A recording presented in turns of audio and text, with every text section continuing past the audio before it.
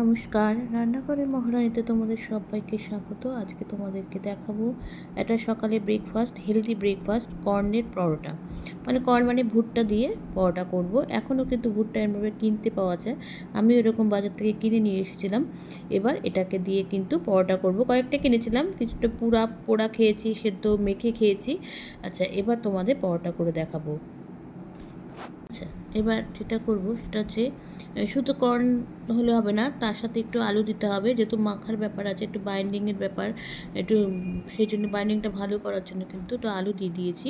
আচ্ছা, এখানে আমি প্রথমে যেটা করব সেটা হচ্ছে কর্ন মানে ভুট্টা আর আলুটাকে একটু সেদ্ধ করে নেব। আচ্ছা, গ্যাসটা ধরিয়ে দিয়েছি, গ্যাসে কিন্তু বাটিটা বসিয়ে দিয়েছি, দিয়ে এবার এটাকে ঢাকা দিয়ে সেদ্ধ করতে বসিয়ে দিলাম। আচ্ছা, সেদ্ধ তো হয়ে গেছে। এবার যেটা করছি সেটা হচ্ছে কর্নটাকে কিন্তু আগে ছাড়িয়ে নিচ্ছি। আলুও সেদ্ধ হয়েছে, আলুটা আলাদা সরিয়ে রেখেছি, কর্নটাকে ছাড়িয়ে নিচ্ছি। এবার দেখো, ছাড়াতে ছাড়াতে তোমাদের সাথে একটু শেয়ার করছি। সেদ্ধ করা কর্ন কিন্তু ছাড়ানো খুব সোজা। এবার আমি কিন্তু এটা ছুরিটা নিয়েছি, ছুরির মাথা দিয়ে দেখো একটা লাইন বরাবর ছুরিটাকে ঢুকিয়ে দিলেই কিন্তু পুরো লাইনটা ধরে কিন্তু কর্নগুলো উঠে আসছে।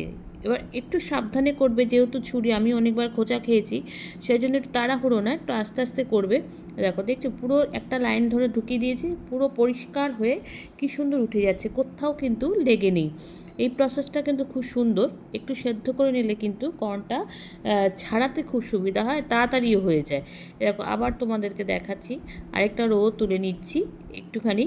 আস্তে প্রথম ঢোকানোটা একটু সাবধানে ঢোকাবে, যাতে হাতে না লাগে। ছুরির মাথাতে আমি অনেকবার খেয়েছি, সেই জন্য বলছি। দেখো পুরো উঠে যাচ্ছে, পুরো দেখো পুরো পরিষ্কার হয়ে উঠে গেল। আচ্ছা, আলুটা কিন্তু খুব ভালো করে সিদ্ধ করে নিচ্ছি, খুব নরম করে সিদ্ধ করেছি এবং ম্যাশ করছি। ম্যাশ করার সময় কিন্তু এমনভাবে ম্যাশ করবে যেন কোনো একটা মানে দানা না থাকে, একদম মানে নিখুঁতভাবে ম্যাশটা করবে। দানা থাকলে এমনি কিছু না, যেহেতু পরোটা করব, পরোটার মধ্যে থাকলে কিন্তু পরোটাটা ফেটে যাওয়ার চান্স থাকে। কড়াইতে আমি সাদা তেল দিয়ে দিয়েছি, এবার একটুখানি ফোড়ন দেব। প্রথমে দিয়ে দিয়েছি দেখো কালো জিরে দেবো, ফোড়নে কালো জিরে দিয়েছি, তারপর দেব জিরে। আচ্ছা, তারপরে একটু মৌরি, আমি কিন্তু পাঁচ ফোড়ন দিইনি, পাঁচ ফোড়নের মধ্যে মেথি থাকে বলে আমি মেথি ওইভাবে দিইনি। আমি এবার একটুখানি জিরে দিয়েছি, তারপর দিয়েছি একটু মৌরি। আচ্ছা, ফোড়নটা হতে হতে এবার কিন্তু এর মধ্যে একটু হিং দিয়ে দিয়েছি। হিঙের গন্ধটা কিন্তু খুব সুন্দর লাগে। আচ্ছা, ফোড়নটা কিন্তু আমার হয়ে গেছে। এবার আমি কর্নটাকে, ভুট্টার দানাটাকে কিন্তু একটু মিক্সিতে পেস্ট করে নিয়েছি। এর শুকনো পেস্ট করেছি, জল ছাড়া, কেন ওটা যেহেতু সেদ্ধ জল জলই ছিল, সেই জন্য কিন্তু আমি একদম শুকনো কিন্তু মিক্সিতে একটু পেস্ট করে নিয়েছি। এবার এটাকে কিন্তু আগে প্রথমে কড়াইতে দিয়ে দিয়েছি, দিয়ে এবার এই যে ফোড়নটা দিয়েছি মশলার সাথে কিন্তু এবার এটাকে ভালো করে মিশিয়ে নেব। আচ্ছা, এবার দেখো, এটা পুরটাকে কিন্তু ভালো করে তৈরি করে নেব। তার জন্য কিন্তু এবার এখানে আলুটাকে দিয়ে দিলাম, বাইন্ডিংটা ভালো হবে আলুটা দেওয়ার জন্য। যেহেতু আমি একটু তেলটা কম ব্যবহার করেছি, সেজন্য এটাকে মানে এটা টেনে গেছে তেলটা, তাকে আস্তে আস্তে করছি, অসুবিধা নেই। এবার যখন একদম মানে ছেড়ে যাবে কড়াই থেকে, তখনই বুঝবো পুরটা একদম হয়ে গেছে। এবার আলুটা থেকে দিয়ে কিন্তু খুব ভালো করে মিশিয়ে নিতে হবে। আচ্ছা, এবার দেখো দিয়ে দিয়েছি। এবার একটা কাঁচা লঙ্কা দিচ্ছি। কাঁচা লঙ্কাটা তোমরা কিন্তু অপশনাল, তোমরা যারা যদি ছোটো বাচ্চাদের জন্য টিফিনে করো বা ব্রেকফাস্টে করো, তাহলে কাঁচা লঙ্কাটা দেবে না। আমরা যেহেতু খেতে পারবো, সেজন্য একটা দিয়েছি। এবার এখানে যত গুঁড়ো মশলাগুলো দিয়ে দিই, সেটা হচ্ছে প্রথমে দিয়ে দিচ্ছি হলুদ গুঁড়ো। আচ্ছা, তারপর দেবো নুন, আর দেবো কাশ্মীরি লঙ্কার গুঁড়ো। এখানে যেহেতু কাঁচা লঙ্কা দিয়েছি, আর এমনি লঙ্কার গুঁড়ো তো দেবো না, সেই জন্য কিন্তু এখানে কাশ্মীরি লঙ্কার গুঁড়ো দিয়ে দেবো, কালারটা সুন্দর হবে সেজন্য। দিয়ে এবার এটাকে এতে মানে এই গুঁড়ো মশলার সাথে কিন্তু এটাকে পুরটাকে খুব ভালো করে মিশিয়ে নেব। নিয়ে এবার এটা কিন্তু তাহলে আস্তে আস্তে কিন্তু হয়ে যাবে, হয়ে গেছে মানে হয়েও গেছে, কেন আমার একদম টেনে গেছে, ছেড়ে আসছে। যে কোনো রান্নার স্বাদ কিন্তু বাড়ে চিনিতে, তাই চলো শেষে একটু চিনি না দিলে কিন্তু রান্নাটা একদম অসম্পূর্ণ থেকে যাবে, তাই একটু চিনি দিয়ে দিলাম। আচ্ছা, এবার এর মধ্যে লাস্টে একটু ধনেপাতা দিয়ে দিলাম। ধনেপাতাটা কিন্তু অপশনাল, তোমরা এখানে কিন্তু একটু যদি ধনেপাতা না থাকে কসুরি মেথিও দিতে পারো, কোনো অসুবিধা নেই, যত দেবে তত স্বাদ বাড়বে, এটাই হচ্ছে ব্যাপার। দিয়ে দিয়েছি, এবার এটাকে ভালো করে মিশিয়ে নিলেই কিন্তু আমার হয়ে যাবে। দেখেই বুঝতে পারছো একদম কিন্তু পুরটা কড়াই থেকে ছেড়ে দিয়েছে। এবার এটাকে কিন্তু নামিয়ে নেব, ঠান্ডা করব, তারপরে কিন্তু পরোটাটার সাথে পুরটা ভরবো। এবার এটাকে মিশিয়ে নিয়েছি, চলো এবার আস্তে আস্তে এটাকে গ্যাসটা এবার অফ করে দেবো। আচ্ছা, পুরটা যখন করছিলাম তার হতে হতে তখন কিন্তু আমি ময়দাটা মেখে নিয়েছি। এবার ময়দাটা তো আর শেয়ার করলাম না, একই রকম ময়দা মাখা, সেই জন্য কিন্তু লেচিটা যখন কাটবে লেচিটা কিন্তু একটু বড় দেখে কাটতে হবে, তাহলে পুরটা ভরবো যেহেতু ফেটে যেতে পারে সেই জন্য।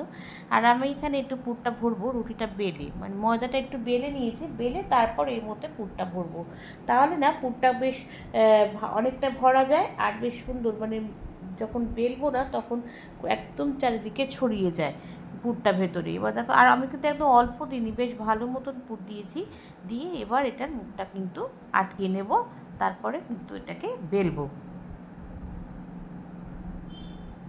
আচ্ছা, পুরটা তো ভরে নিয়েছি, এবার দেখো এটাকে একটু আমি প্রথমে যেটা করবো, এইভাবেই কিন্তু বেলবো না আমি, না একটু হাতের চেটো দিয়ে এটাকে একটুখানি চ্যাপ্টা করে নেব, তারপরে কিন্তু বেলবো, তাহলে কি বেলার সময় বেশি বেলতে হয় না, সেই জন্য দেখো হাতের চেটো দিয়ে একটুখানি, তাহলে কি পুরটা কিন্তু ভেতরে একটুখানি ছড়িয়েও গেল। এবার চলো আরেকটাও তোমাদের সাথে শেয়ার করছি, তারপরে কিন্তু আমি এগুলোকে পরপর তৈরি করে নেব। আরেকটা দলা লেচি নিয়ে নিয়েছি, সেটাকে এবার একটু বেলে নেব, নিয়ে তারপর আবার এটার মধ্যে সে একই প্রসেসে পুর ভরবো। এবার দেখো বেলে নিয়েছি, নেওয়ার পরে এখানে একটুখানি ঢেলে নিলাম, যেহেতু আমি একটু ময়দা দিয়েই মাখছি, আমি একটু নরম করে মেখেছিলাম তাই জন্য। আচ্ছা, এবার এখানে দিয়ে দিলাম, এখানে দিয়ে দিচ্ছি পুরটা। পুরটা কিন্তু দেখতেই পাচ্ছ আমি কিন্তু একদম অল্প পুর দিচ্ছি না, বেশ ভালো মতো পুর দিচ্ছি, দিয়ে আবার মাথাটা এভাবে আটকে এটাকেও দেখো হাতের চেটোতে আমি কিন্তু একটু ছড়িয়ে নেব, তাহলে কিন্তু বেলতে সুবিধা হয়। আর এইভাবে করলে না পরোটাগুলো ফেটে যায় না। তোমরাও যখন পুর দিয়ে পরোটা করবে তখন চেষ্টা করবে এই প্রসেসে করা, তাহলে দেখবে পরোটাটা ফেটে যায় না।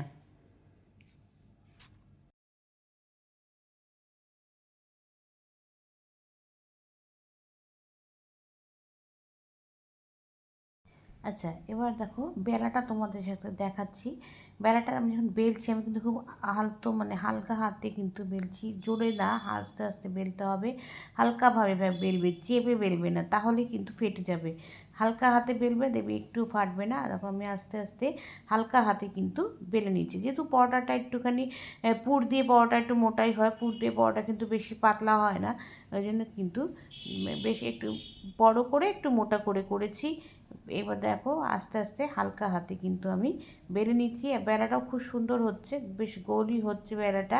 আর এবার তোমাদের দেখাচ্ছি যে কোথাও কিন্তু ফাটেনি, আমি যে বেলছি এক ফোঁটা কিন্তু দেখলেই বুঝতে পারছো যে কোথাও কিন্তু আমার পরোটাটা একটু ফাটেনি। এটা কিন্তু ভীষণ সুন্দর হয়েছিল খেতে, এরমভাবে কিন্তু পরোটা করে খেতে পারো, দারুণ লাগে খেতে।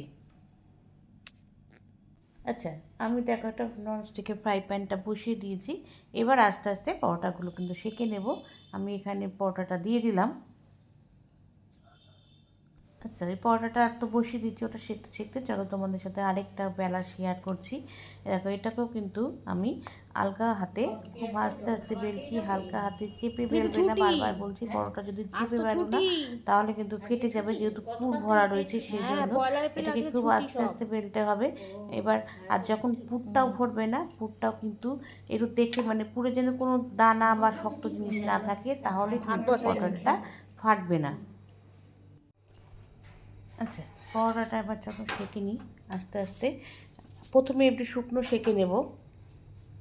আচ্ছা, পরোটা এপিট ওপিট করে কিন্তু এমনি শুধু ভেজে নিয়েছি, তারপরে এখন কিন্তু আমি এখানে সাদা তেল দিয়ে ভাজবো। ঘি দিয়েও ভাজা যায়, কোনো অসুবিধা নেই, আমি কিন্তু সাদা তেলে ভেজেছি। এবার অল্প অল্প তেলে ভাজবো, বেশি তেল দেবো না, সেই জন্য অল্প অল্প তেলে কিন্তু পরোটাটা ভেজে নেবো। এবার আস্তে আস্তে চলো পরোটাগুলো ভেজে নিই, তারপর আবার তোমাদেরকে দেখাচ্ছি। আচ্ছা, অল্প তেলে কিন্তু ভাজছি, দেখো পরোটাটা কি সুন্দর ফুলে উঠেছে, ভীষণ সুন্দর পরোটাগুলো ফুলেছিল, সবকটা যে ফুলেছে তা না, তো ফুলেছে, বেশিরভাগই ফুলেছে, খুব সুন্দরভাবে পরোটাগুলো কিন্তু ভাজা হচ্ছিলো। আর দেখো আমি কিন্তু যেহেতু অল্প তেলে ভেজেছি, কিন্তু তা সত্ত্বেও কিন্তু পরোটাগুলো খুব সুন্দর কিন্তু ফুলে উঠছে। আর দেখতেও খুব ভালো লাগে না কোনো জিনিস বানাতে গিয়ে সেটা যদি ফুলে, বা বিশেষ করে লুচি, পরোটা, রুটি এসব জিনিস যদি খুব মানে ফোলে তাহলে কিন্তু বেশ ভালো লাগে, নিজের মনেও ভালো লাগে। দেখো বেশ ভালো লাগছে, পরোটাটা ফুলছে। আর একটু ধৈর্য ধরে করবে, আস্তে আস্তে করবে। আচ্ছা, হয়ে গেছে পরোটাটা, কিন্তু আস্তে আস্তে বেশ আস্তা করে ভেজে নিয়েছে। ভাজাটাও খুব সুন্দর হয়েছে, পুড়ে যায়নি, বেশ সুন্দর ভাজা হয়েছে। এবার চলো তুলে নিই, এবার আস্তে আস্তে সব কটা পরোটা তৈরি করে নিই, কেন একটু সময় লাগছে, আস্তে আস্তে করতে হচ্ছে, বাড়িয়ে তো করা যাচ্ছে না, সেই জন্য। আচ্ছা, পরোটাটা দেখো কত সুন্দর মতো হয়ে গেছে, সব কটা করে নিয়েছি, কত সুন্দর হয়েছে দেখো। পুরো পুরটা কিন্তু পুরো পরোটার মধ্যে ছড়িয়ে গেছে, ভীষণ আর খুব নরম সফট হয়েছিল।